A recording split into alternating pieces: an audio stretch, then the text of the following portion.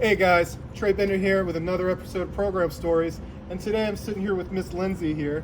And Lindsey, you went to Carolina Springs Academy too. Yeah. When did you go there? I went November 11th, 2008, Okay. and I left June 12th, 2010 after it shut down. Okay. So you were there for quite a while. Oh yeah. Okay. Let's start from the beginning. What would you say got you sent to Carolina Springs? Honestly, to this day, I really don't know, because it's so many things that my father has told me versus my mother has told me. I've heard that I got court ordered there. I've heard that like one of my, since my parents divorced, I was seeing, my mother put me through a lot of like child therapists. Gotcha. I've heard that like one of those therapists recommended it. I've heard that my mom just found it. I've just heard many speculations, but the one I have heard most was that I was court ordered there. But I'm not sure what I would be court ordered for, to be honest.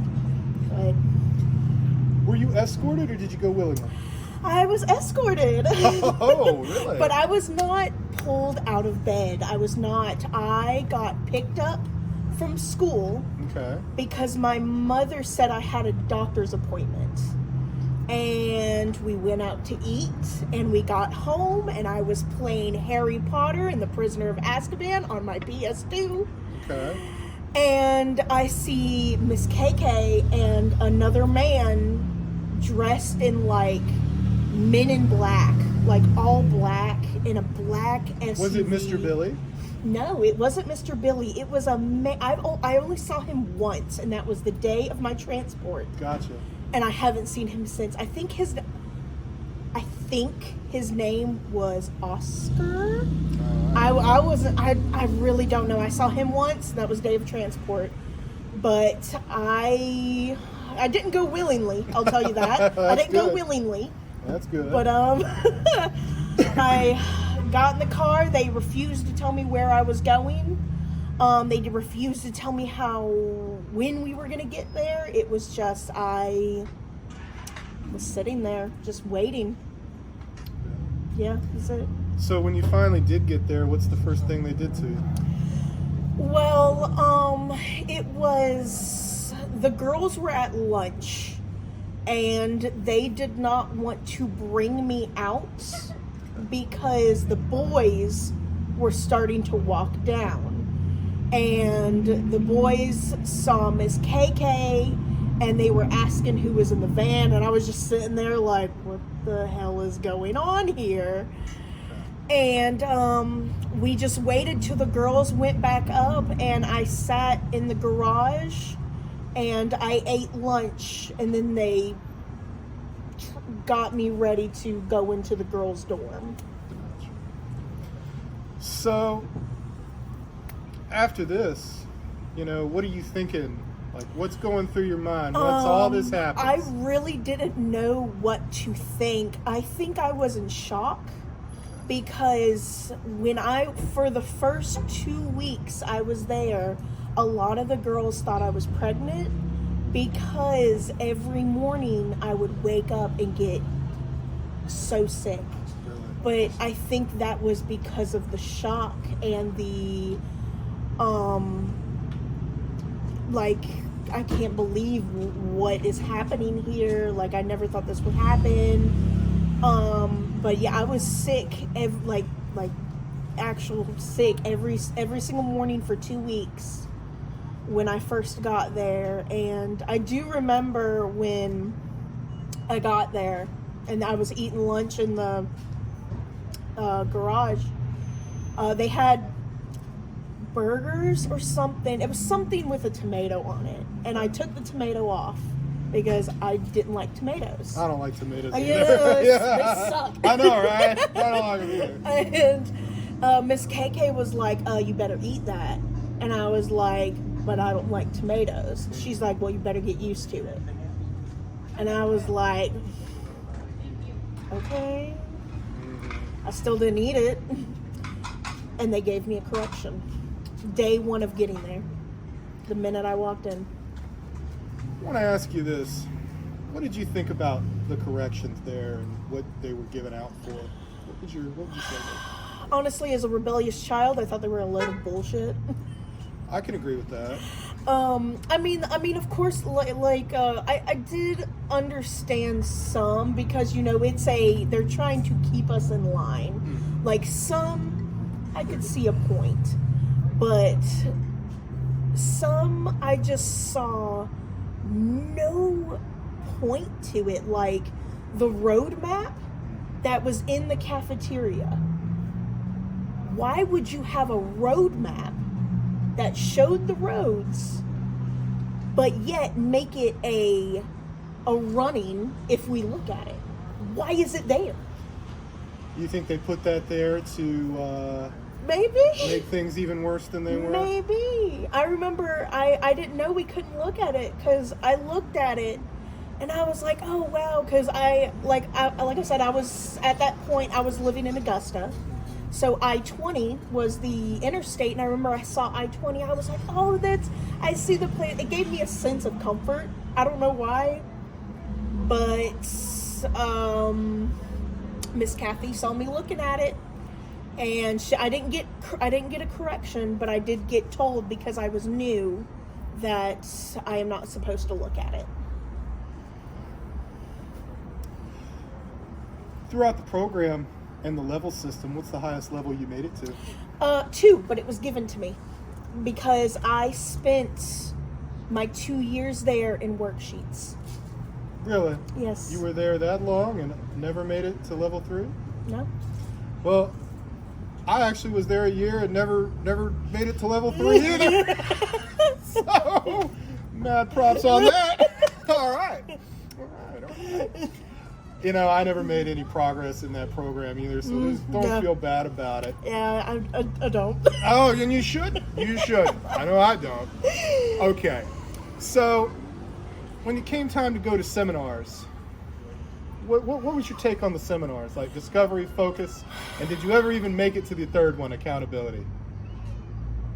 I don't think we had a third one when wow. I was there. We had discovery and focus. Okay. Now I think, now that I'm thinking about it, the upper levels had their own one. Really? Well, that might changed. have been that one. Well, you were there long after I left, so I'm things sure things we changed. didn't even have Xeon Renaissance. I mean, I knew of those names, but we didn't. Really? Yeah, we didn't have them. No. Wow.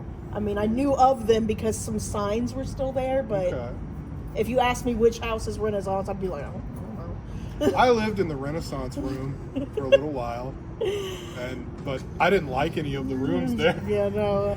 Okay. But speaking of the seminars, you know, what did you think about them? What stands out about having gone to them to you? You know, what? Very brainwashing.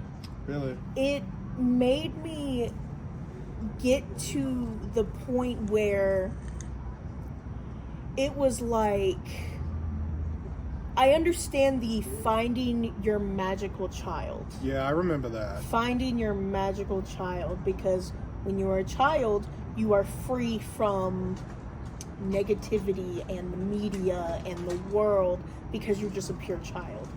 I understand that, but to be criticized and looked down upon and made to feel like that you are not a good person because you went and listened to media or was living in that life of, because 2008 and 2010, technology was I remember starting that. to take off. Yeah, I don't remember half of it, but I remember. I was in college at the time, so.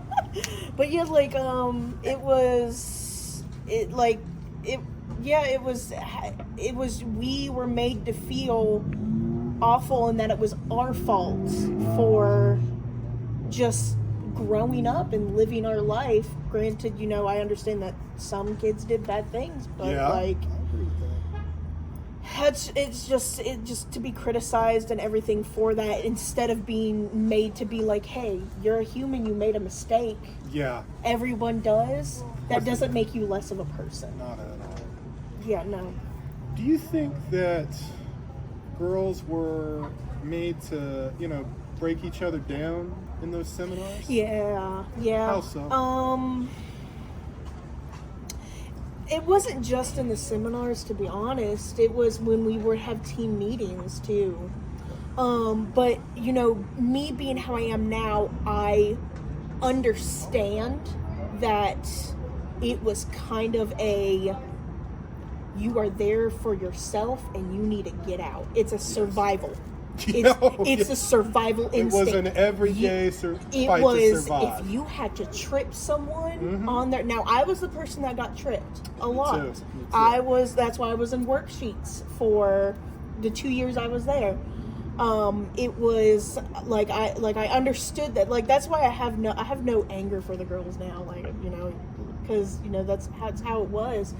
But it was definitely a survivor instinct inside Discovery and Focus, and outside of it. It was just all around. I want to ask you, during group with your family representative, what was that like, and what was your relationship with your family rep like? I had Wanda. Okay. Please tell us about that.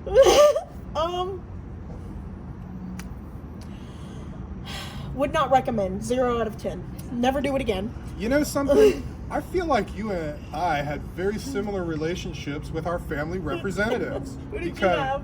I'm not going to name his name, but we'll call him Ken. Let's call him that. Okay. And Ken and I did not have a very good relationship. There was no secret about that. Was it a secret, or did people know that you and Wanda had a bad relationship? It was...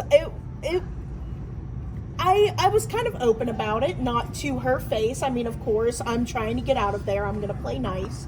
But it was awful when I found out that she was spreading personal information when I would go on doctor runs. Like what? Okay, so back then I was on, I have ADHD, okay. And I was also was on depression medication. One day when I went on a doctor run, she told these girls what medicine I was on, and that, I can't exactly remember how, but she basically was like shit talking me. Like, really? Basically saying that she is this way because of this.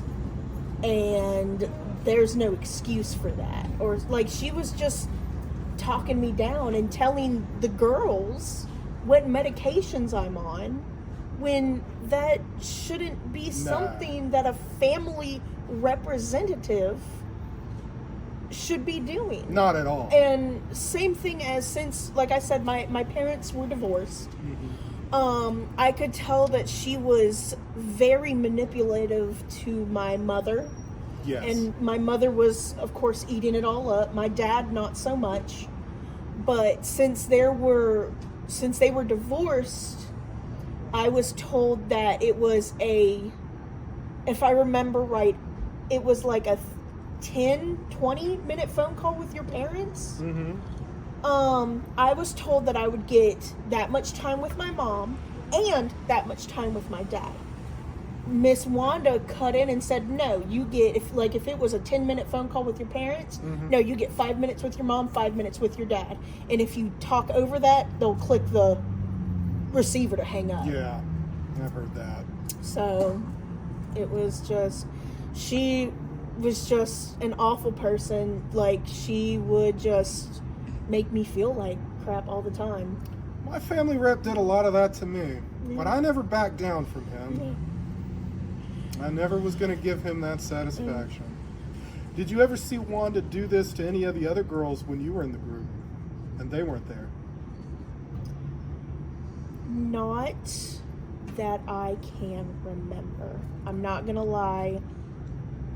When I think back to CSA, I remember some things. I understand that. But a lot of it is blacked out. I can relate to that. And also, when I do remember it, it's like I'm watching a movie. It's like third person. Yes. I really do not remember. I do know that she talked about her father a lot, and that her father was awful, and that she didn't want to be like her father. And every time I thought that, I was like, well, you're turning into him. So. Yeah. Jeez. But yeah. During your time there, is there anything that stands out in your mind like you'll never forget that you saw happen, that you participated in, that happened to you? There was a lot. Like when the girl Ashley came in, that's when it snowed. Really? It snowed. And it was known that she was handcuffed. Okay. But we didn't know why she was handcuffed. We know an upper level had to sit back there and watch her. And that was pretty much it. But I do remember going to bed and hearing her clanging her handcuffs against the bed. That's one of them. And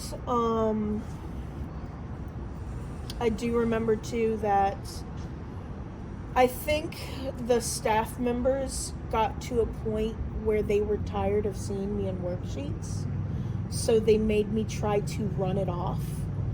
So like I would have to run a lap around the giant field from the front office to the cafeteria. Yeah, I know that field. I would have to run it.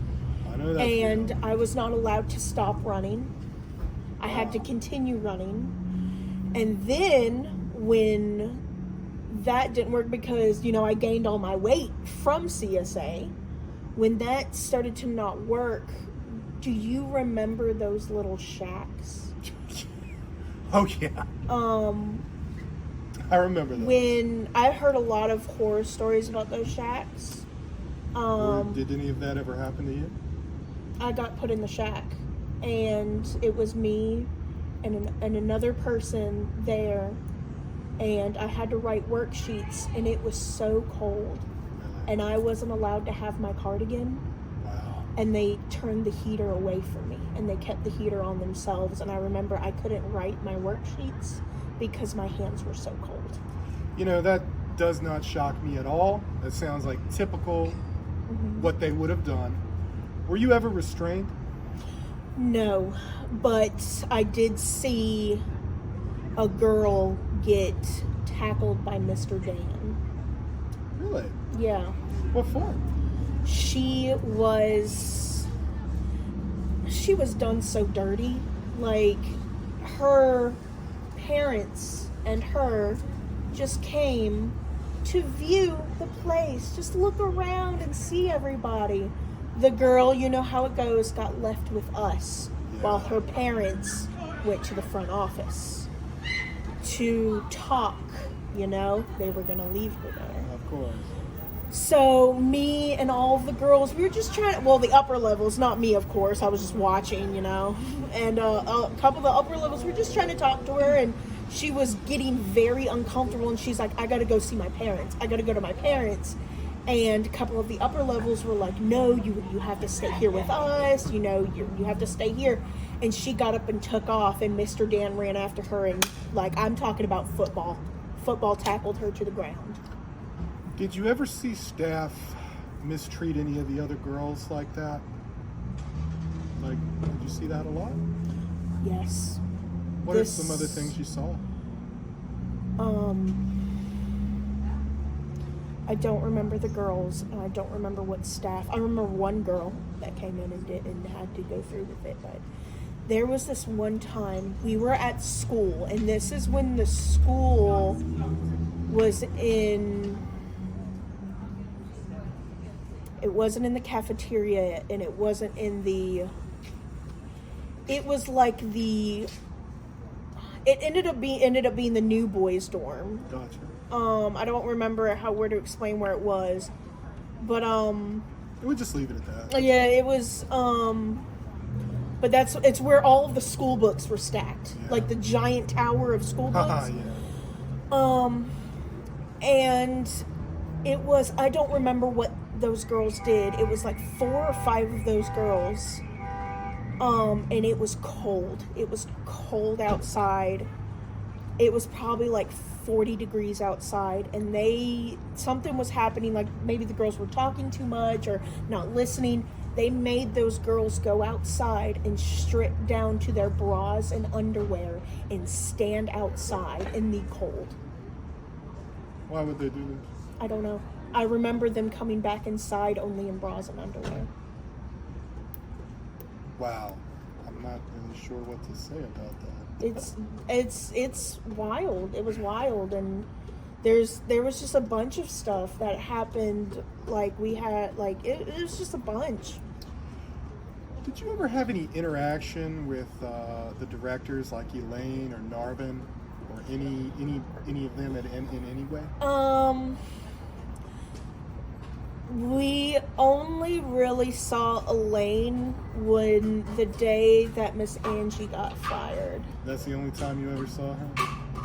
Kind of, rather than just like walking past her when you go to your parents' phone calls in the thing, in the front office. And Narvin, I saw Narvin a couple of times. Once was when he brought, I don't know if they were his kids or his grandkids. They had to be about like 10, 11, and it was a boy and it was a girl, and they were like, they're gonna eat lunch with you guys. And they sat in the cafeteria with us, didn't talk to us. They just sat and played their PSPs. Oh, wow. And we were just like, wow, okay. And then, I know that you know that Academy at Ivy Ridge got I do remember that. Also, Pillars of Hope from Costa Rica. Really? Yes. They got brought down to us. Now, with how Narvin and them interacted with each other, it seemed like Pillars at Hope was a lot more of a fun vacation-y place, because Narvin would come down and he would pick up all of the girls who came from Pillars of Hope, and they would go out on a trip, like go out to eat. And all of us other girls had to just stay there. Now, yet again, I don't know if this is correct, but I do distinctly remember a couple of times where he has come by and the girls from Pillars of Hope got in the car with him and they drove off. Do you feel like something like that was appropriate? No. As a grown-ass man. That's kind of what I was thinking. With minors. That's what I was thinking, yeah. Did you see him do this with just the girls, or did he do it with the boys too? I mean, we weren't allowed to look at the boys. So you don't know? So I do not know how he was with the boys. I don't even know if boys from Pillars of Hope even came down. All I know is the girls came down and he took the girls on trips. When the boys would walk by, were you ever made to turn your back to them? Yes. And We were made to stop and turn around, and there was many times we heard hoot and hollering, we heard whistles, we heard comments, and I mean, of course, the only staff members that made quite a fuss about it was Miss Angie and Miss Leola. Now, Miss Leola only made a fuss about it when her husband, Tony, was working at the boys' dorm. Yeah. Because she made the boys stop and turn around one day because Tony was running it.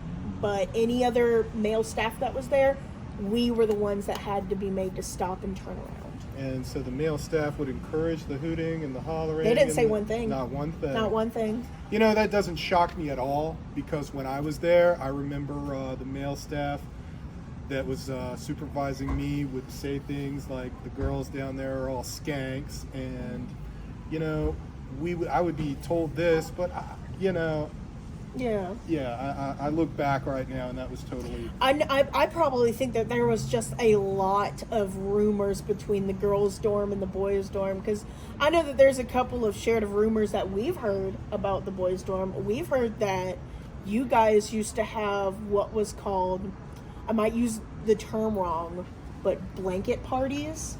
That never happened when I was there. You know what I mean? Oh, I know what that is. Throwing someone I know what and then that beating. is. Yeah, that's what we've heard that has happened. Now, I don't know if that's true. That never happened when I was there, Yeah, but I do know what that is. But yeah, there's probably just a lot of stuff that was obviously not true, that was probably encouraged by the staff. It wouldn't surprise me, because I think the staff would encourage that kind of I behavior. really do think so too. I want to ask you this. Did the separation of the genders have any effect on you? Yes. Like what? I didn't even think you would ask me this. When I got home, I was so scared to talk to boys. I could not look at a boy in the face, whether it be my own father or a classmate. I even remember when I started going to school again, there was this kid who sat next to me, and he was a boy. He asked me a simple, basic question. What's today? I didn't even look at him. I didn't even answer him. And the girl behind me said, "Stop it, you're scaring her." And at that point, I really realized how it really affected me. I had the hardest time, and still to this day, kind of have a hard time talking to men. I understand. Or yeah. I've actually heard that from other people too. Mm-hmm. Is there anything that you would like to tell us that you want to talk about? The great toilet paper shortage. Please tell us about that. I feel like I may kind of have an idea about what you're talking about, but you know, I want to hear this. Okay, so we had a toilet paper shortage. Okay. When it started getting to the point of the shortage, we were only allowed to use a certain amount of squares. Oh, wow. So we had to tell a staff member, like, "Hey, I'm going to poop." Or, "Hey, well, actually, it was number 1 or number 2, you know, let's be honest here. We couldn't do that. Yeah. But, you know, and they would give you, like, 6 squares or 5 squares. Then there was this one point that it was Miss KK, and it was another girl, Lucas. It was me and another girl who had to go to the bathroom, but there was no more toilet paper. Miss KK pushed some, what I thought were napkins, maybe from like drive-through, like when she went to go out to eat or something, bunched up. They were used tissue papers. Used tissue papers that I had to use to wipe myself. That is just beyond rapport, beyond. I don't even know what to say. But I want to ask this: do you think that these girls' parents even knew about any of this? Do you think they knew about anything that was going on there? I think some information did go out, but some got cut off by the upper management, because there was this girl who complained to her parents that we didn't have a water heater.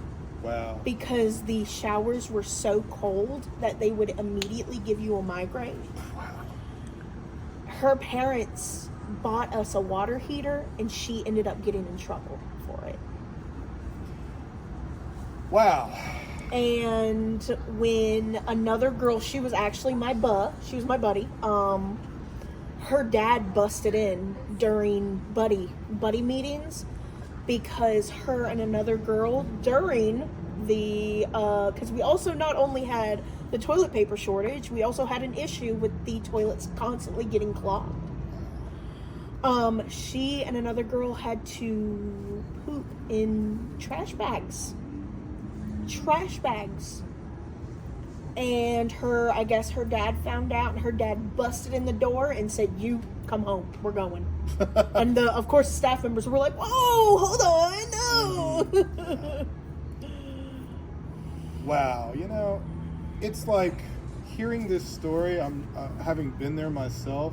Doesn't shock me at Oh all. yeah, no, it's really not. It's kind of like a war story. Yeah. I want to ask you about some of the staff. Yes, please. Do you feel like any of the staff had any credentials? No. Nothing. No, you don't. That's like a question that you don't even have to hesitate on. I really don't think so. So none of these staff, in your opinion, had anything that would warrant them working with teenagers like that? No. How do you feel knowing that the administration and people like Wanda were saying that you had one foot in the prison cell? How does that make you feel? I think it's hilarious because it's like, that is the most preposterous idea ever. Because looking at how I didn't even do any drugs. I didn't. The only things I did was I had an online boyfriend and I smoked cigarettes. Sounds like you were a typical teenager Typical to me. teenager. I mean- Typical teenager. But yet I am 1 foot in a jail cell? I don't believe that I at all. really don't. I think it's, I can definitely see them saying that. Because, they'll say anything to make us sound awful and course to they keep will. our parents, keep us there. But I really think that's silly to say. How has your time, the 2 years that you were there, how has it affected you going into your adult life? I still have trouble talking in the bathroom. Some things never change. Oh yeah, I still have. Maybe I think it was a couple of months ago. I was out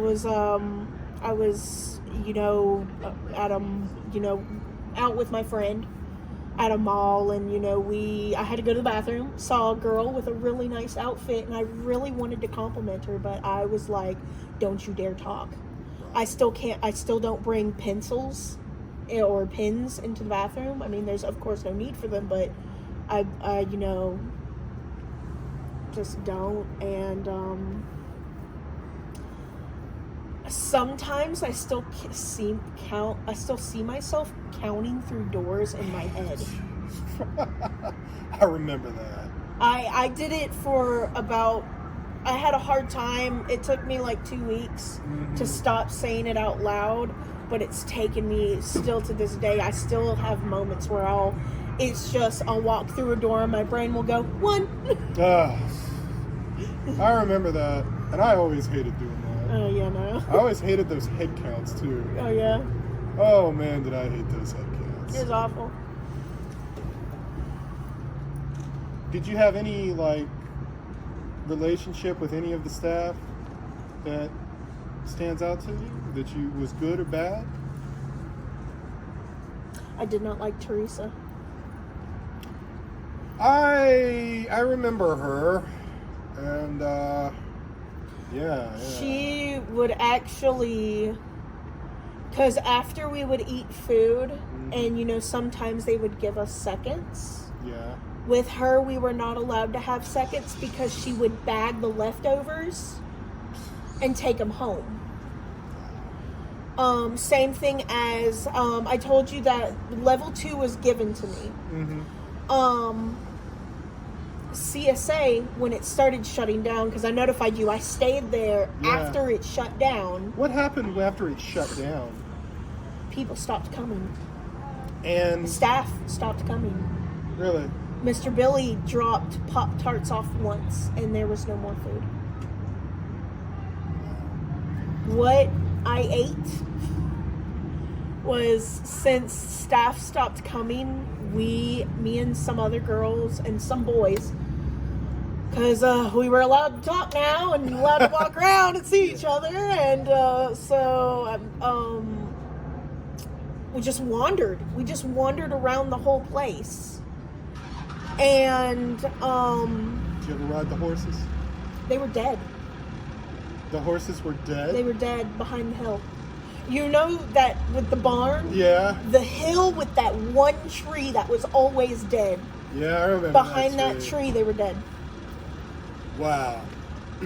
Because the horseback riding stopped because, from what I knew, the horseback instructor got kicked off of a horse and had to go to a hospital. This is what I heard now. That they never came back and no one cared for the horses anymore. And the cows. I actually had heard about that, but I was never substantiated. I didn't mean to just drop. I just did it nonchalant like that. No, I'm glad you told me.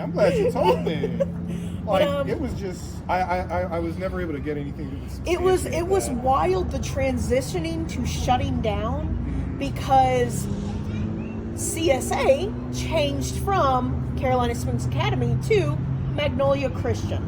I do remember that. I did hear about that. That was when one of the staff members from Pillars of Hope came down, Miss Lally, and she actually tried to change things. But this goes back to why I don't like Teresa. When they tried to change things, they actually took us one by one and asked us for feedback. You know, what do you think could change around here? I was like, I prefer to have a cap on worksheets. I have been in worksheets for 2 years. I would prefer you have a cap and not go above that, because then you'll have a person that's got like 10,000 worksheets and they can never get out. Yeah. And they were like, okay, cool. From this day on, you are level 2 and you are out of worksheets. And that's so awesome. I was excited. I told Teresa. Teresa said, no, you're not. I was like, yes, I am. Miss Felicia just told me this. Really? Teresa got up and stomped up the stairs, and I guess had to ask Miss Felicia for proof about that. But the 2 staff members I was really close to. Well, 3, but I didn't find. I think the third one left after a while. Never knew what happened to her, but she was at the front office. Her name was Miss Beverly. And then there was Miss Angie, and then there was Miss Betty. I got close to Miss Betty too. Is there anything else you'd like to talk about during your experience that you want everybody to know? What I lived on when the place shut down. Yeah, because Mr. Billy just dropped off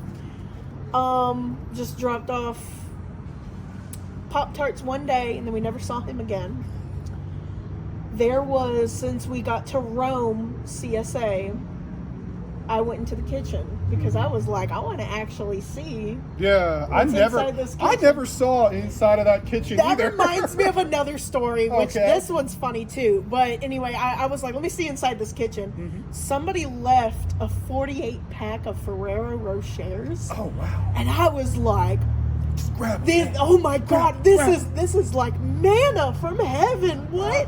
I had one for every day I stayed, because I was still terrified of, what if this is one of the staff members, what if this is one of the people's, or something. I had one every single day.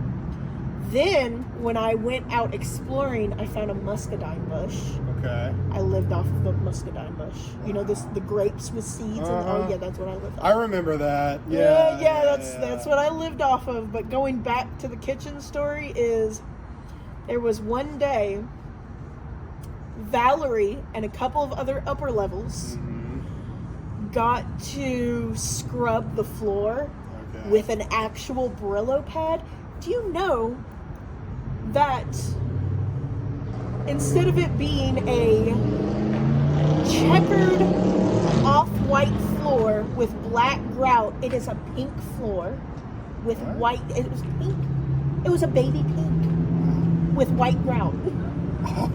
Because they were scrubbing it so hard, it was just black. Jeez. I don't know what to say on that one. But that doesn't shock me at all. Oh yeah, no, it was disgusting there. I wouldn't even doubt. Well, Lindsey, thanks for telling us your story. Oh, it's but I want to ask you this. Mm-hmm. If you could talk directly to the administration and the staff and people like Teresa, what would you say to them? And people like Miss Kathy. I could say anything? Anything you want to say. That's what you want to say?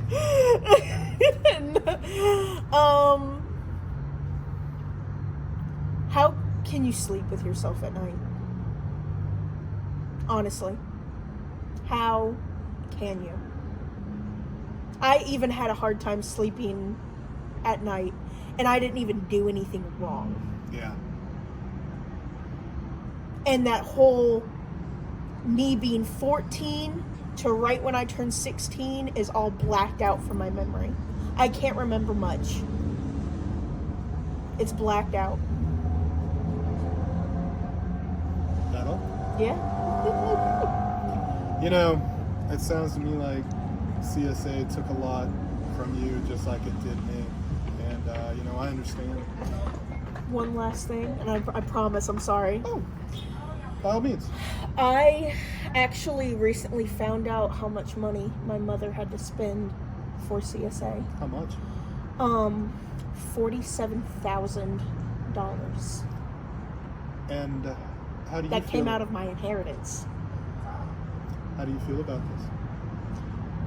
My trauma was worth $47,000. I want a refund, for one. Yeah. But I cannot believe that.